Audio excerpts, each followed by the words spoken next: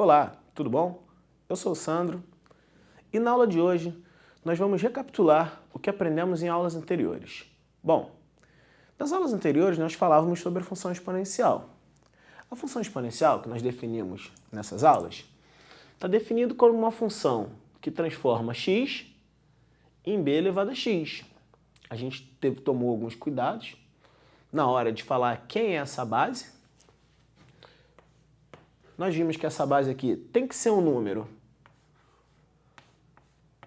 diferente de 1 e também não pode ser um número negativo. Então, um número real positivo e esse número diferente de 1. O que nós fizemos? Nós provamos algumas coisas para esse modelo de função. Nós começamos provando o lema 1. O que diz o lema 1?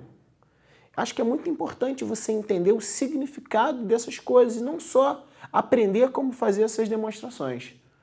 O lema 1 significa o seguinte: se você tiver um x1 qualquer escolhido no domínio da função e você calcula a imagem desse x1, se a imagem desse x1 for 1, o x1 necessariamente tem que ser 0. Retomando, 0 é o único elemento do domínio que possui imagem 1 quando a função tem essa cara. E quando a gente conclui que 0 é o único elemento que possui imagem 1, o que a gente pode concluir? Bom, um elemento do domínio que é o 0, possui imagem 1. Se a gente agora está preocupado em fazer uma análise gráfica, veja, eu tenho aqui o eixo das ordenadas e o eixo das abscissas. Como a gente sabe que eu trabalho com par ordenado, eu vou refazer na seguinte ordem: eixo das abscissas e eixo das ordenadas. 0 possui imagem 1. Isso significa que a função exponencial sempre cortará o eixo das ordenadas no ponto 0, 1. Independente da base que eu escolher, desde que siga essa restrição. Nós vamos já, no outro quadro, falar um pouquinho sobre os outros lemas. Bom, falamos então do lema 1, e com o lema 1 nós concluímos o ponto de interseção que a função exponencial tem com o eixo das ordenadas. Nós vimos que, independente da base, a função exponencial cortará o eixo das ordenadas num ponto com coordenadas 0, 1. Nós vamos falar agora rapidamente no lema 2, 3 e 4. Quando nós estudamos esses três lemas, nosso objetivo era avaliar em que condições essa função era crescente ou decrescente.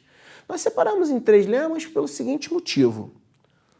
No lema 2, nós estudamos o crescimento ou decrescimento dela no conjunto dos inteiros, ou seja, quando os expoentes eram números inteiros, nós estudamos o crescimento e decrescimento dela. Então, só para fazer um registro aqui do conjunto numérico, temos aqui o conjunto dos inteiros. Depois nós fizemos o mesmo estudo no conjunto dos números racionais. E depois nós expandimos esse nosso estudo para o conjunto dos números reais. E nós concluímos o seguinte: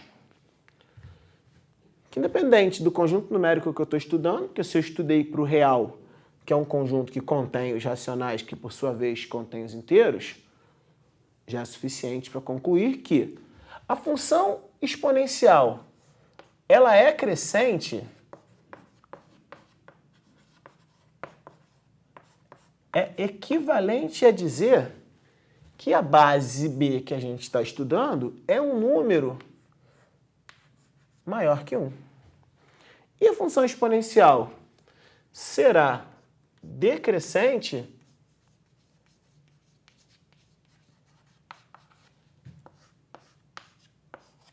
quando a base b for um número que pertence ao intervalo aberto 0, 1. Ou seja, a função cresce quando a base é um número maior que 1. Falar que a base é um número maior que 1 é o mesmo que dizer que a base é uma fração imprópria. Falar que a função é decrescente, a base tem que ser um número entre 0 e 1. A base é uma fração própria. Com isso, nós temos condições agora de esboçar o gráfico da função exponencial nos dois casos. Vamos separar aqui.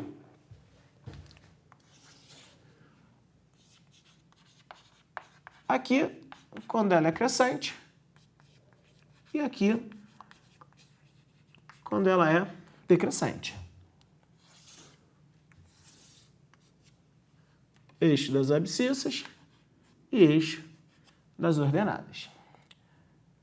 Se eu tomar valores negativos, o gráfico vem crescendo, passa aqui no ponto 0, 1 e continua com esse meu crescimento. O que eu percebo é o seguinte: conforme o meu x, conforme meus elementos do domínio vão diminuindo, essa função exponencial ela vai se aproximando de 0. Mas não tem nenhum valor de x que vá tornar a função exponencial igual a 0. De modo que o gráfico ele tende a encostar no eixo x, mas não encosta. Então aqui nós temos o gráfico, pelo menos o esboço, de uma função exponencial crescente. E como é que a gente vai fazer o esboço do gráfico de uma função exponencial decrescente? É bem similar. Eixo y, eixo x, eixo das abscissas, eixo das ordenadas.